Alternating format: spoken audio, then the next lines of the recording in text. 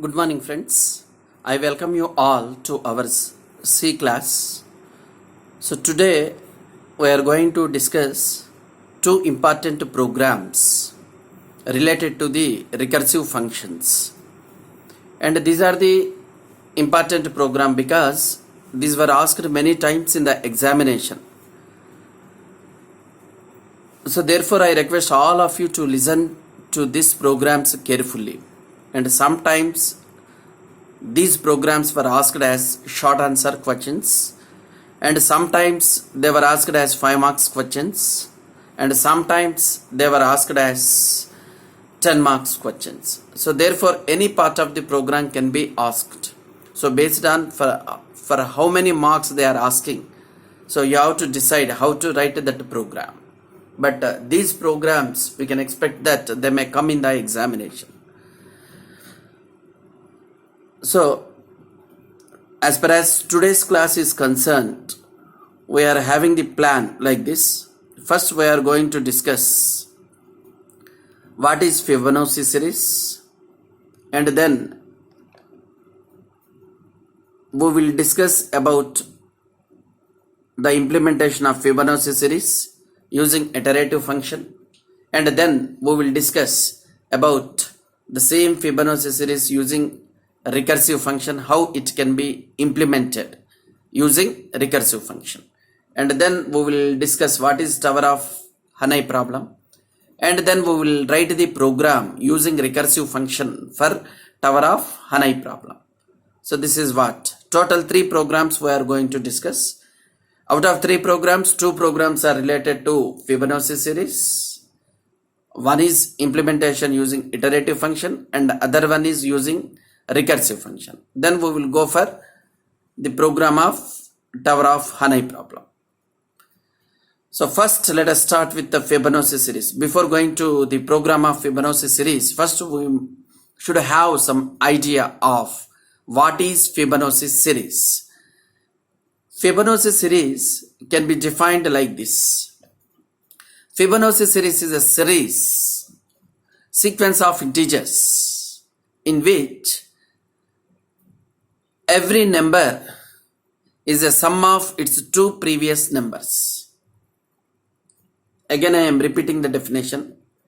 A Fibonacci series is a sequence of integers in which every number is a sum of its 2 previous numbers. Like that, you can go on writing the Fibonacci numbers. In Fibonacci numbers, first 2 numbers are 0 and 1. So first Fibonacci 2 numbers if you know, and the third number, fourth number, fifth number you can keep on generating. So to get the third number, if you add this 0 and 1, you will get third number as 1. And if you add these 2 numbers, you will get fourth number. To get fifth number, you have to add fourth term and the third number in the Fibonacci series. Means 1 plus 2. If you add, you are getting 3. 3 as the fifth number. If you want to get a sixth number, add fourth number and fifth number. That is 2 plus 3. It will give sixth number 5. So if you want to get seventh number, add fifth number and sixth number. Means 3 plus 5. You are getting 8 as the seventh. So like that you can go on writing the number by adding previous 2 numbers. If you add, you will be getting the next number in the Fibonacci series. The Fibonacci series starts with 0 and 1. So in the Fibonacci series, the first term is 0, first number or first term, and second term or second number is 1. And if you know these 2 numbers and third, fourth, fifth, sixth numbers, you can go on generating. So now, after having the idea of these numbers, you can express the nth number in the Fibonacci series as like this, as a recursive function. So how it can be defined? The nth number in the Fibonacci series, fib of n. Fib is a function which determines nth number in the Fibonacci series. So nth number in the Fibonacci series is nothing but by adding its two previous numbers, means n minus 1th number and n minus 2th number. If you add these two numbers, you are going to get nth number. So in the Fibonacci series, the nth number is nothing but sum of n minus 1th number and n minus 2th number. So that is what we wrote here, where n value should always be greater than 2, means n value starts from 3. So fib of 3 means third term in the Fibonacci series is equal to the sum of n minus 1, means 3 minus 1, means the second term, plus n minus 2. 3 minus 2 means first number. First number and second number, if you add, you are going to get third number. So n value should be greater than always 2. So fib of 1 means first number in the Fibonacci series is 0.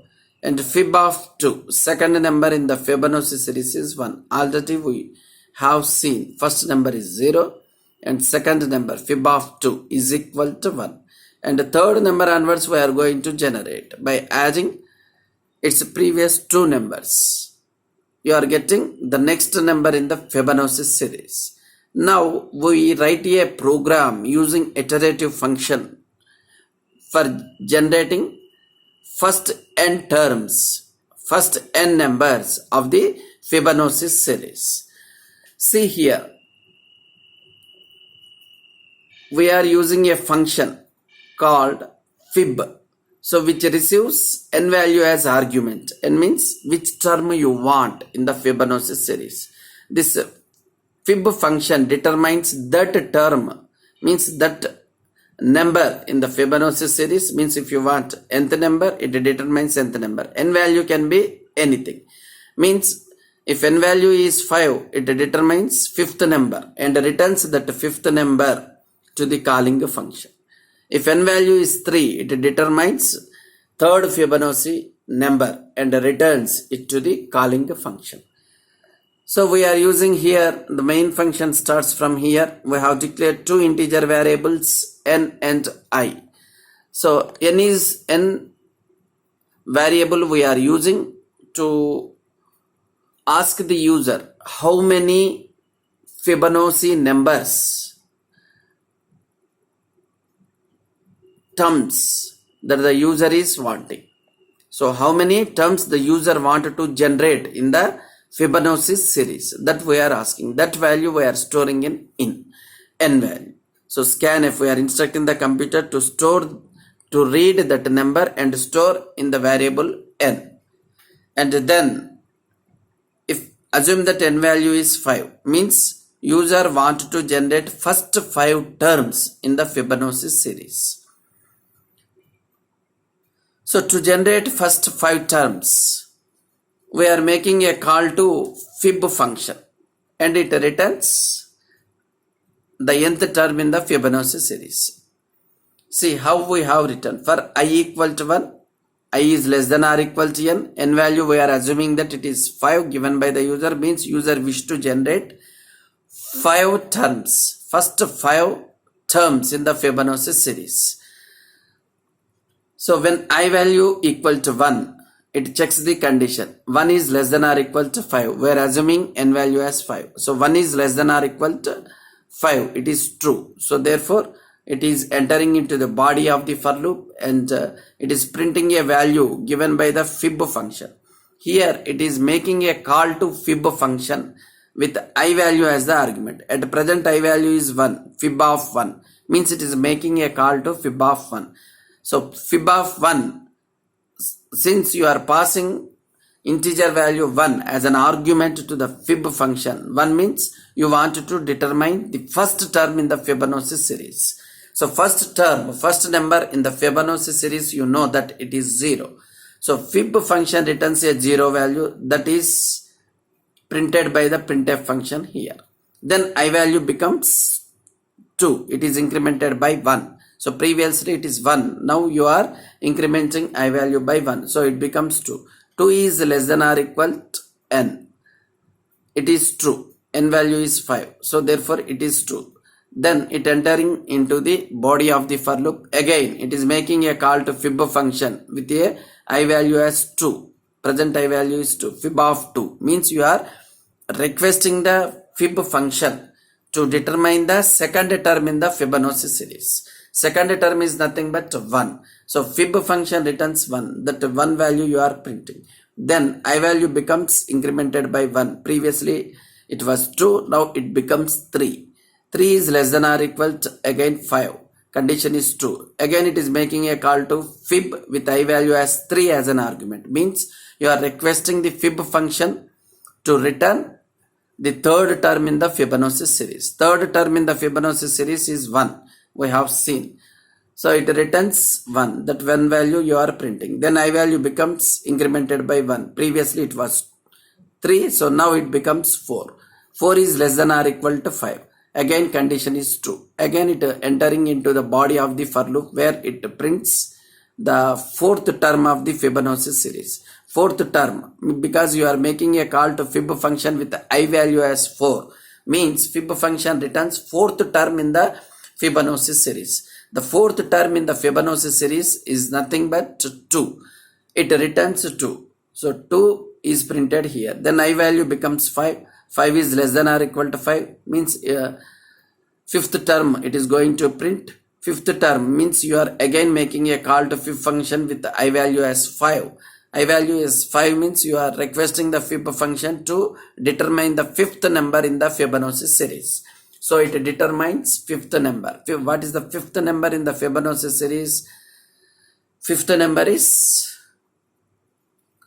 3. So 3 is returned by the Fibonacci series that you are printing here.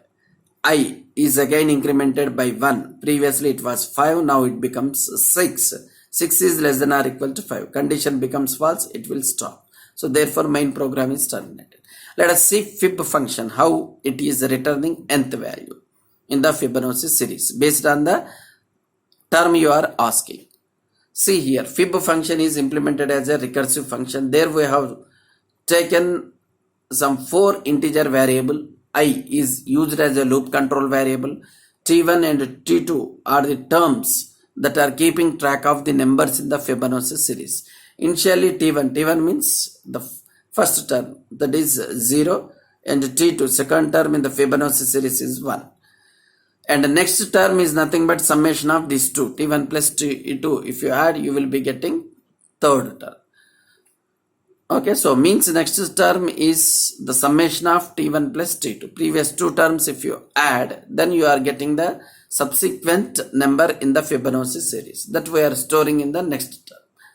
I is used as a loop control variable. Now fib function is receiving n value as argument. If n value is 2, you want to determine second number in the Fibonacci series. If n value is 5, you want to determine fifth term in the Fibonacci series. See here how it is passing. Assume that n value is suppose 3. You are passing n value as 3 to the fib function. Then how it is done? Means n value becomes 3. You want to determine third term. So it is initially you are initializing T1 and T2 with values 0 and 1 respectively. Then for I equal to 1, I is less than 3. I value is initially 1. 1 is less than 3. It is true. I plus plus. Okay, so first I value starting with 1, condition becomes true, 1 is less than 3. So it is entering into the loop. The next term is calculated by adding previous two terms. T1 and T2 initial values are 0 and 1, 0 and 1. Both are getting added so that you are getting third term. Third term is stored in next variable. Next term variable. Now T2 value we are copying into T1. And the next term means third value we are copying into T2. So means T1 is now having second term value, T2 is having third term value. The loop is again repeated because I value is incremented by 1. Previously I value is 1. Now it becomes 2. So 2 is less than or equal to 3. Condition becomes true. So therefore again it is calculating next term. Next term is nothing but sum of previous two terms. So T1 value is 1, T2 value is also 1. 1 plus 1, 2 is the value of the next term. Now T2 value is copied into T1. Previously T2 value was how much previously to T2 value was 1. 1 is copied into T1. So T1 is holding value 1. And the next term just now we have computed. Its value is 2. 2 is copied into T2. So T1 is holding value 1. T2 is holding value 2. And then I value is incremented. I value is incremented. Previously I value is 2. Now it becomes 3. It checks the condition. 3 is less than 3. Condition becomes false. So therefore loop is stopped. Then T1 value is returned. What is the T1 value? It is 1. So 1 value is returned by the fib function. So n value is 3. Means the third term is nothing but value 1. So that is how it is calculating the term. Means whatever value is to be returned, that value is stored in T1 by the fib function.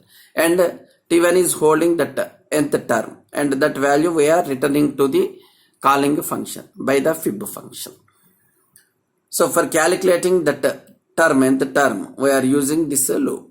So it is called iterative function because it is making use of iterative statements. Some set of statements are executed some fixed number of times until the required value is to be computed. So therefore fib function is called iterative function.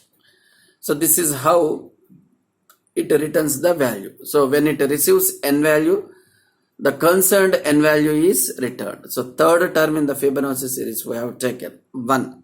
So that value 1 is computed by fib function. So if you take pen and paper and if you are keeping track of T1 and T2 values, then you are coming to know. Take n value as suppose say 5 and execute these statements. Okay, as long as this condition is true.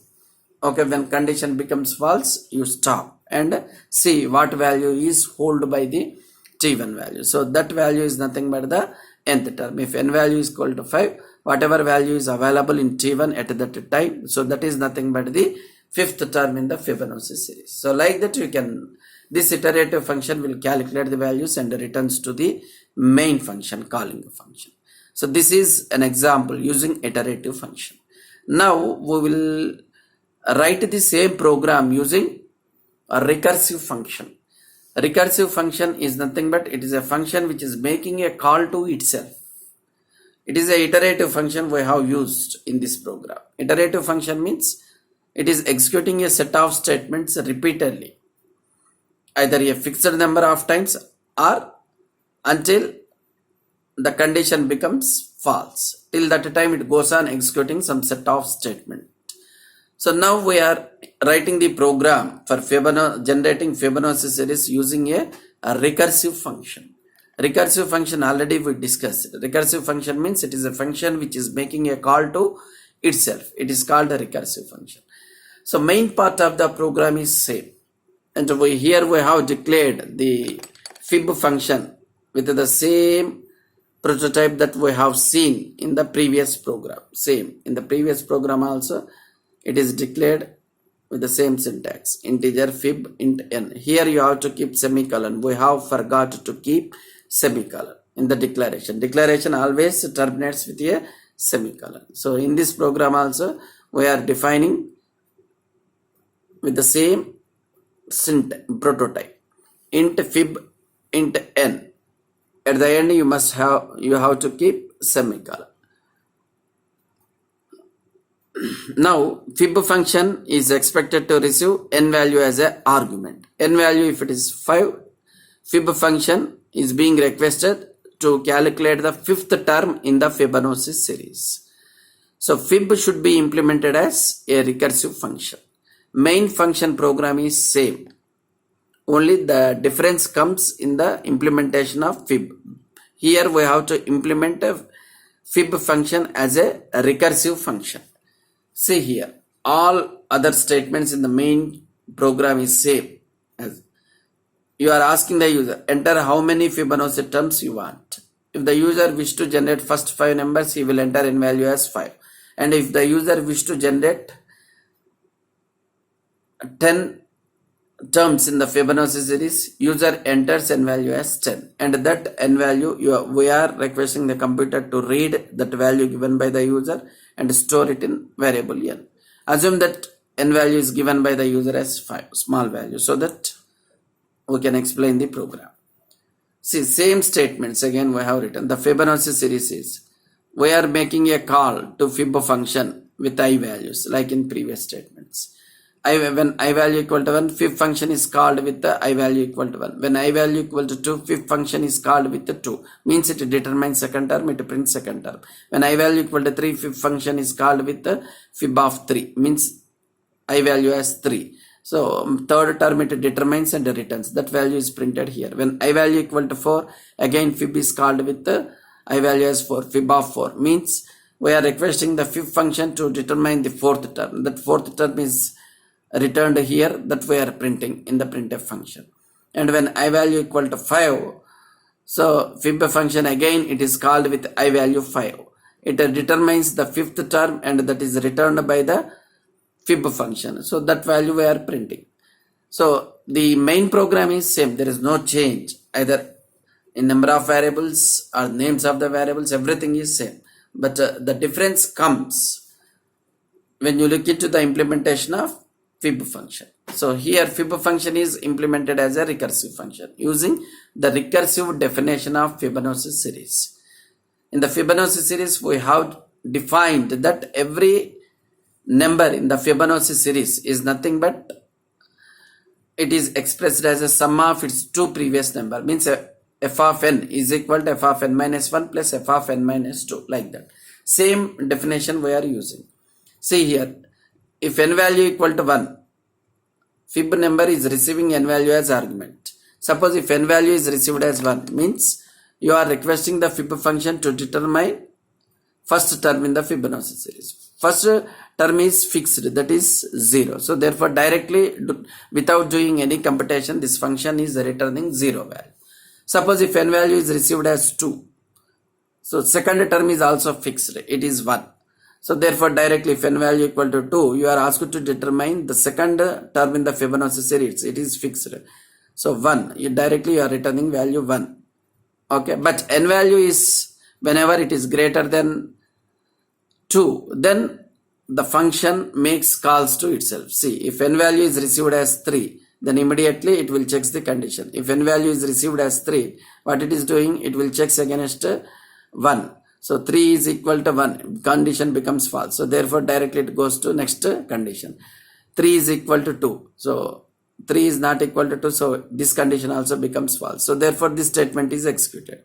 Since n value is 3, so you are making a call to determine the third term in the Fibonacci series. You are making a call to fib function again, fib of 2 plus fib of 1, because n value is 3, 3 minus 1 means 2. Here it is making a call to again fib function itself, fib of 2 plus fib of 1. So first term plus second term, if you add you will be getting third term, that value you are returning. Means again it is making a call to itself. Fib of 2 means it returns second term. Second term in the Fibonacci series is fixed, that is 1 is returned by this function call. Fib 2 is replaced with value 1. Fib of 0, fib of 3 minus 1, 3 minus 2 here. 3 minus 2 means 1. Fib of 1 means first term in the Fibonacci series. Means fib of 1. Again fib function is called with itself with a value, with the value as 1. Fib of 1, first term is 0. 0 is returned by fib of 1. And fib of 2 returns 1. So 1 plus 1, 2. 2 is calculated. That 2 value is returned. So that is nothing but third value. Means to determine third value, it is making a call to itself 2 times. With the argument fib of 2 plus fib of 1. That will give fib of 3 value. Fib of 3 is expressed as fib of 2 plus fib of 1. So fib function is called making a call to itself. To determine the third term in the Fibonacci series, it is making a call to itself 2 times. That is how it is making. Suppose if you wanted to determine fourth term, what it is doing? Here first 2 condition will be verified and value is 4. First 2 conditions becomes false. This condition is also becoming false. Then it comes here. So since here we have to determine fourth term, n value is 4. So it is making a call to again itself. Fib of 3 plus fib of 2. Means the fourth term is in the Fibonacci series is nothing but third term plus second term. So fib of third plus fib of second. So it is making a call to itself with the n value as 3. And here it is making a call to itself using n value as 2. So second term is replaced here and the third term is replaced here. Third term plus second term is getting added. So that is nothing but fourth term that is returned by fifth function to the calling function. So the functions are making call to itself with the different values of n till the required value is being computed. And we know that in recursive function definitely we must have if conditional statements to stop the recursive calls at some point of time. So here the recursive calls will be stopped when n value equal to 2 or n value equal to 1. So there it stops calling. So therefore you will be getting all the functions returns some values and those values are getting added. Finally the called function will return a value to calling function. This is how it is calculated. So this is the program using recursive function for generating the Fibonacci series. Now we will go for the discussion of towers of Hanai problem. So what is this towers of Hanai problem? So it is a mathematical puzzle. Towers of Hanai is a famous mathematical problem. So it contains 3 rods. 3 rods are considered as towers. So because of that, this puzzle is given name Towers of Hanai problem. In the Towers of Hanai problem, it contains 3 rods like this: rod A, rod B, rod C. In this, one rod contains, usually rod A, means first rod, contains some stack of discs. Any number of discs can be there on the first rod. So you may be having only one disc, you may be having 2 discs, you may be having 3, you may be having 4, you may be having 5 discs. But all these discs are arranged in the order from largest at the bottom to the smallest at the top. Like that, all the discs are arranged on rod A in a particular order from largest at the bottom to the smallest at the top. So like that, the discs are arranged. Our task in this Towers of Hanai problem is to shift this entire set of discs from rod A as easily to rod C. So from rod A to rod C, we have to shift all the discs. So that is the puzzle. And when you accommodate all the discs on rod C, they should be there in the same order. Means largest disc should be at the bottom and smallest disc should be at the top on rod C. But what are the conditions to move these discs? Rod A may contain any number of discs, but as the number of discs on rod A are increasing, you need to go for more and more steps to shift the discs. Here, when you are moving the discs, there are some conditions. We have to follow those conditions. What are the conditions?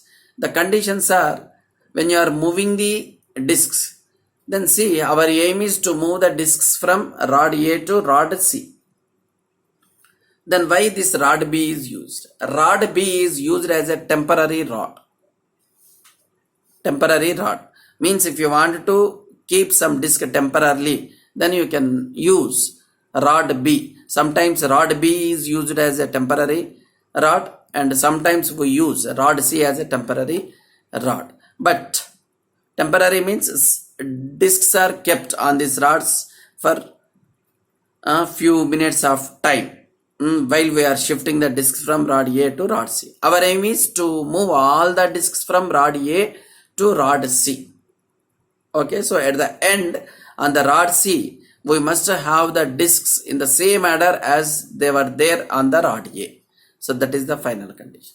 That is the final output. So now what are the conditions to be followed when you are moving the disc? First condition is only one disc to be moved at a time.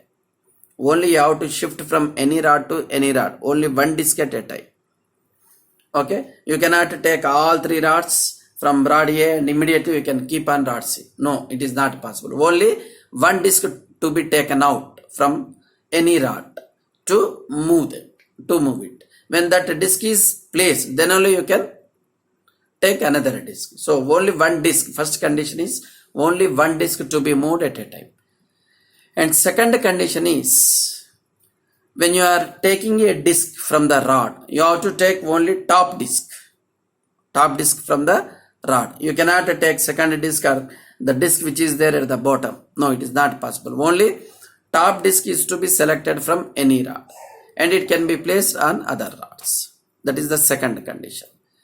Third condition is, when you are placing a disc on any rod, you have to take care that larger disc should not be kept on a smaller disc. That is the third condition.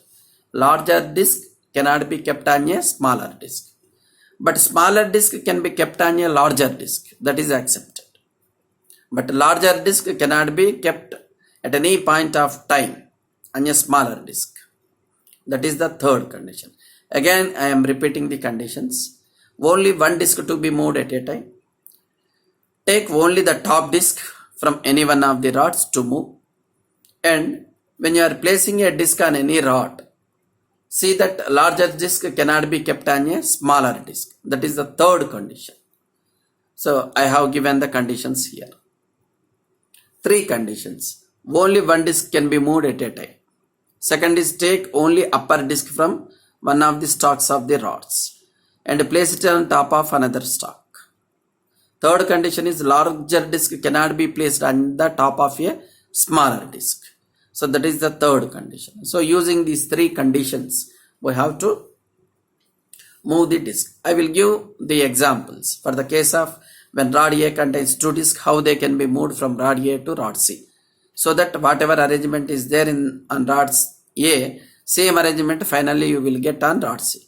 And same we will see an example for when rod A contains 3 discs. What are the steps involved in moving the disc, so that at the end rod C contains the 3 discs in the same order as they were there on rod A. So first we will take an example of 2 discs. When rod A contains 2 discs and rod B, rod C are temporary. Our target here is, on rod C we will get these 2 discs in the same order.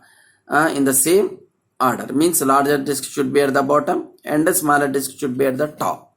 So first in this process we can use rod B as a temporary rod. See, first I will take a first disc. First disc means top disc. Top disc is called first disc. Disc 1 I will move from rod A to rod B. Then when you move the top disc from rod A, because always we have to pick top disc and only one disc we have to move at a time. So top disc from rod A I have taken and temporarily kept on rod B. So this is the first step. Then second step, what I will do is, I will take this disc from rod A and I will keep on rod C. That is the second step. C. Now third step is, I will move rod B, disc 1 from rod B, and I will keep on disc 2 which is there on rod C. Smaller disc is disc 1, larger disc is disc 2. Okay, see, this is the arrangement. Third step, we are moving the disc 1 from rod B to rod C. While I am placing, smaller disc can be kept on a larger disc. So condition is satisfied. All 3 conditions. We have moved only one disc at a time, and we have taken always disc from the top from any rod, and we have placed the disc on other rods such that only the smaller disc is kept on the larger disc. So total 3 steps. So finally you are getting the same arrangement as it was there. Discs were there on rod A initially. Initially it was there, larger disc at the bottom and smaller disc at the top. Disc 1 at the top, disc 2 at the bottom. So finally you got this. So how many steps were taken here? 2 steps. 2 or 3? 3 steps were taken. When you have 2 discs, to move that 2 discs from rod A to rod C, it has taken 3 steps. Where we have used rod B as a temporary, means the source disc is rod A, destination disc is rod C, and then in between we have used rod B as a auxiliary rod or temporary rod. Auxiliary or temporary rod. Total 3 steps are involved to move the 2 discs from rod A to rod C. So here the logic is simple, very simple. When you want to move n rods from rod A to rod B, first n minus 1 rods, top n minus 1 rods, first shift them onto rod B. When you shift all n minus 1 rods to rod B, you can use rod C as a temporary rod, and then you can move all n minus 1 rods from rod A to rod B. Then you will be left with larger disk at the bottom, because total n disks are there. N minus 1 disk you have moved from rod A to rod B by using rod C as a temporary one. Then the leftover large disk you can move it from rod A to rod C, because rod C is empty. So keep larger disk at the bottom on the rod C. Then move all this n minus 1 disk from rod B to rod C. So that is the logic. So here for 2 inputs case, the sequence, 3-step sequence is like this. The logic is here. Shift n minus 1 disks from A to B. Then the last disk can be moved from A to C. Then move all n minus 1 disks which are kept on rod B to rod C. So when you are moving disks from rod B to rod C, you can use rod A as a temporary rod. And when you are moving n minus 1 disk from A to B, you can use rod C as a temporary rod. So means out of A, B, C rods, based on the movement, you can use any one of these rods as a temporary rods. But finally the target is that on rod C, we should have all the disks in the order. That is our plan. Now let us see example for the steps involved for 3 disks. Now see here this diagram, 3 rods A, B, C. So on A disk, the A rod A, 3 disks are there. Larger disk at the bottom, smaller disk at the top, and median disk is in the middle, because they are arranged in the order. So top disk we are calling it as disk 1, and then middle one we are calling it as disk 2, and bottom one we are calling it as disk 3. So total 3 disks are there. And see how many steps are need to be performed. First, top disk we will take and keep it on rod C. Okay, disk 1 we have moved from A to C. Then disk 2 we will move from A to B. Okay. Now third step is this we will move here. Disk 1 we will move from C to B. The arrangement is like this. Now see, n value is 3 here, number of disks are 3. We have moved n minus 1 disks. N minus 1 means n value is 3. Means top 2 disks, n minus 1 disks. We have moved from A to B. Then nth disk means third disk. Move it from A to C. See here, to move n minus 1 disks from A to B, how many steps are involved? 1, 2, 3. N minus 1 value is here 2. Already we have seen to move disks as easily from one rod to other rod, it involves 3 steps. So here to move top 2 rods from rod A to rod B, it has taken 3 steps. This is step 1, step 2, step 3. And then fourth step is we are moving the disk 3 from rod A to rod C. Then again this n minus 1 disks we are moving rod B to rod C. So during that time we use A as a temporary. See, first we are moving this disk 1 from B to A. And then we are keeping this disk 2. We are moving from B to C. And then we will move this from A to C. So all disks. Again 3 steps, because these 2 disks to move as easily from rod B to rod C, it takes 3 steps. From here to here 1 step, here to here 2nd step, and this is 3rd step. 3 steps. So here before 3 steps, and then larger disk is moved here.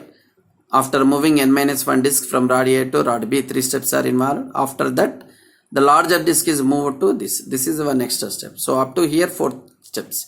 Again to move these 2 disks from B to C, again 3 steps are required. So total 7 steps. The same logic, even though n value is 3 here, move first move first n minus 1 disks from A to B, then shift nth disk from A to C, and then shift n minus 1 disks from B to C. So this is the procedure. All 7 steps of moving the disks is written here. How we have moved. Disk 1 is moved first from A to C, then disk 2 is moved from A to B, and then disk 1 is moved from C to B. So once first 3 steps are over, all 2 disks from A to B, they have come into the same position. Then we have moved third disk from A to C. Then again all the disks we will move from B to C. For that again 3 steps, in which we are using disk A as a temporary one. That is how we can do. Means the logic is very simple. You have to remember, if rod A contains n disks, what you have to do is first n minus 1 disks you have to move from rod A to rod B. So during n minus 1 disk, when you are moving from rod A to rod B, rod C is used as a auxiliary rod or temporary rod. And once this is over, then move nth disk from directly rod A to rod C.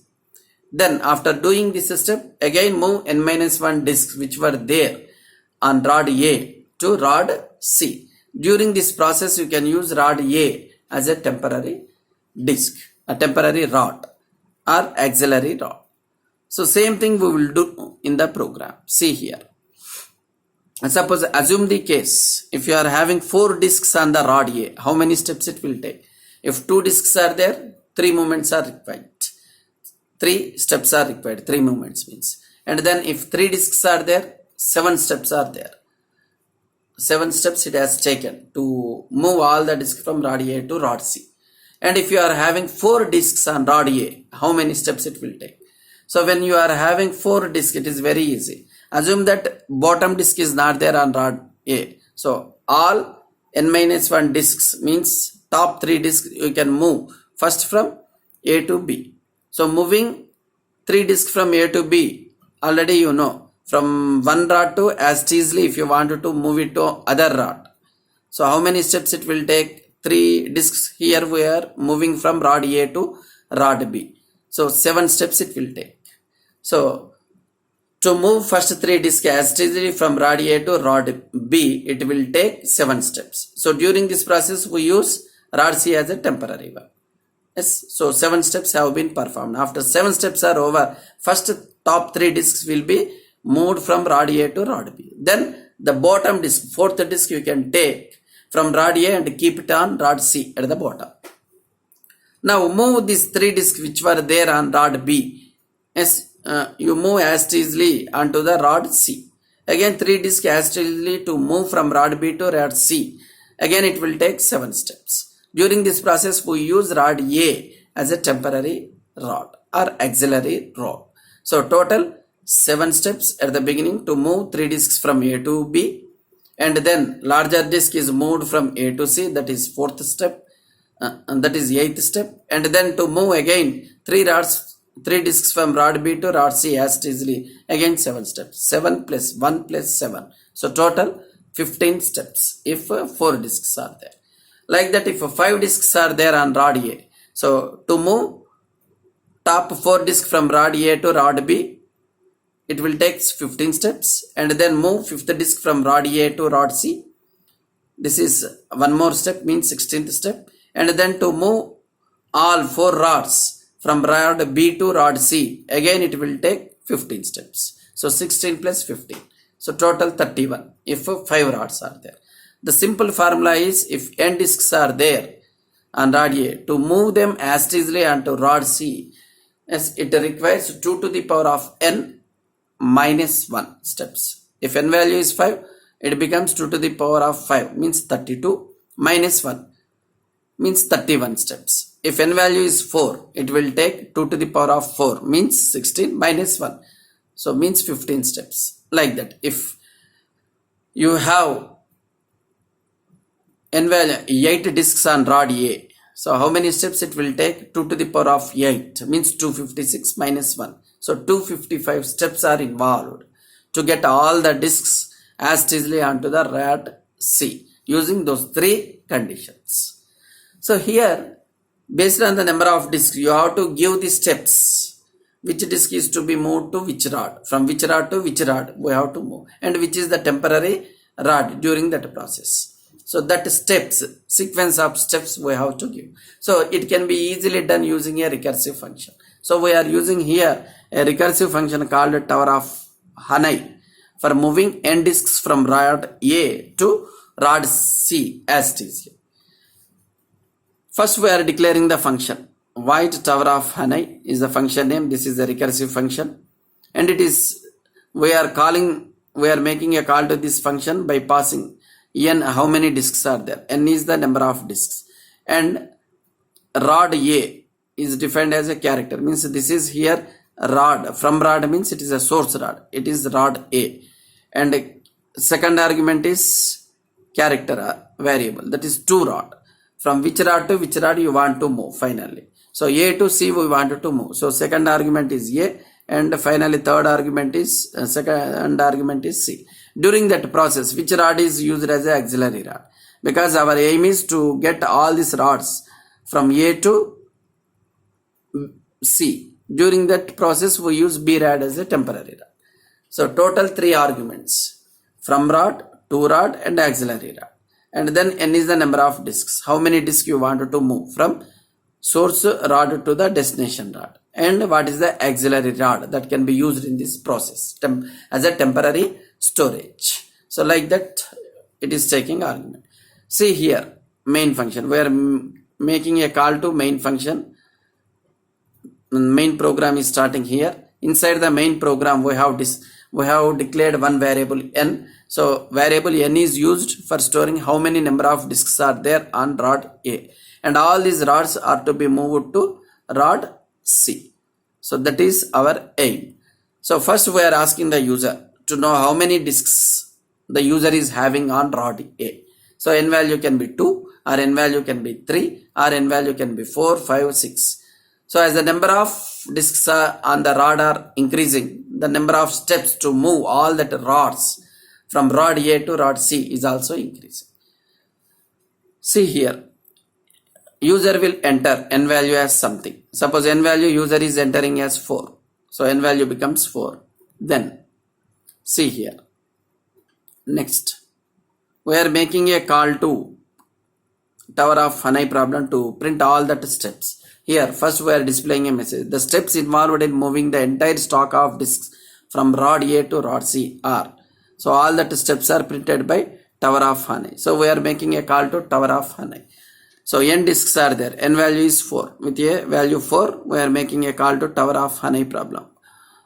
Tower of Hanai recursive function 4.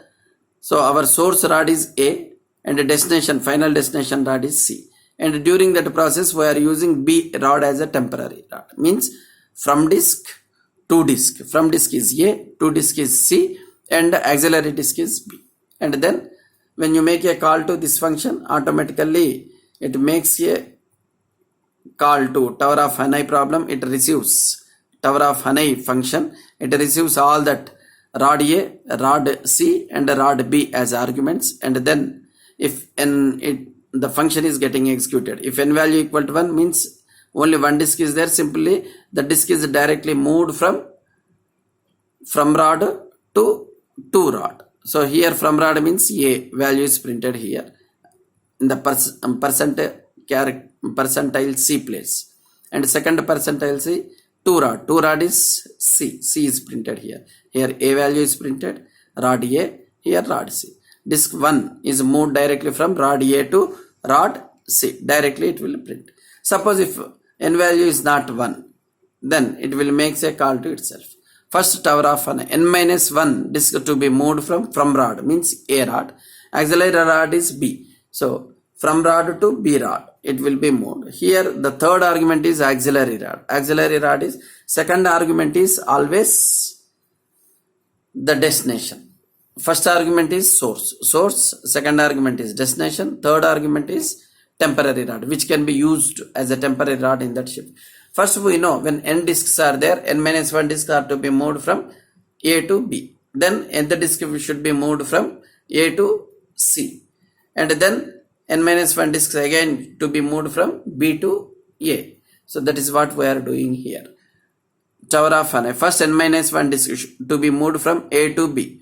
So A to B means from rod is A, auxiliary rod is B. So from A to B it is moved, and C is used as a temporary rod. So therefore 2 rod we have used it as a third argument, because 2 rod value is C, auxiliary rod value is B, and from rod value is A. So n minus 1 disks are to be moved from A to B first. During that process, C rod can be used as a temporary rod. And then once n minus 1 disks are shifted from rod A to rod B, then you can move directly the nth disk, n value is printed, disk n from rod is A to rod percentile C, 2 rod is C. So directly nth disk we are moving from A to C, and then again n minus 1 disks are to be moved from B rod is auxiliary rod to and final rod C rod. During that time A rod can be used as a temporary disk. So like that it is making a call to itself recursively. First it is making a call to itself to shift n minus 1 disks from rod A to rod B, and during that time rod C is used as a temporary rod, and then nth rod is moved, nth disk is moved from rod A to rod C directly, and then n minus 1 disks are moved from rod B to rod C, and during that process rod A is used as a temporary rod. So that is how it is involved.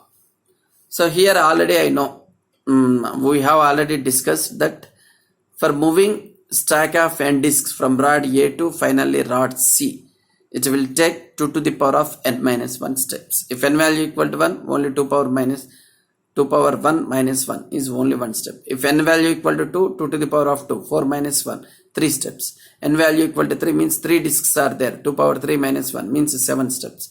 N value equal to 4, 2 to the power of 4 means 16 minus 1, 15 steps. N value equal to 5, 2 to the power of 5 means 64 minus 1. So that is how many steps? This is 2 power 5 means 32. 32 minus 1 means 31 steps it will take when n value equal to 5. This is wrongly written as 63. It is only 31 steps. Note that. So like that, based on the number of disks, that many steps are required. So number of steps required for n disks is 2 to the power of n minus 1 steps. This is how you can write. So this is a simple program, recursive function, Tower of Hanoi. If n value equal to 1, directly move the disk from rod A to rod C, means from rod to the 2 rod. 2 rod is C, from rod is A.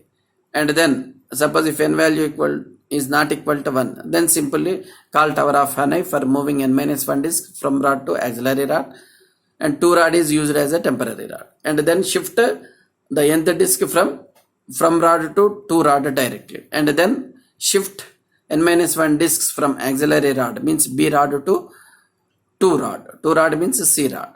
So during that process, source rod means A rod from rod can be used as a auxiliary one. So like that you can make a recursive calls to the function itself. Means Tower of Hanoi function is making a call to itself to move. So this is terminated only when n value equal to 1. Because in every call it is reducing the n value, n minus 1, n minus 1. In the next call it becomes n minus 2, n minus 3, n minus. At some point of time this value becomes 1. At that point of time, so a recursive call will be stopped. So in every recursive function there should be a if condition to stop the function call to itself. So here it is written like that. So all steps are printed using this function, recursive function. And this Tower of Hanoi problem is very, very important. And Fibonacci series using recursive function, generation of Fibonacci numbers using recursive function. This is also very, very important. And these two programs were asked many times. These two programs were asked many times in the end semester examinations.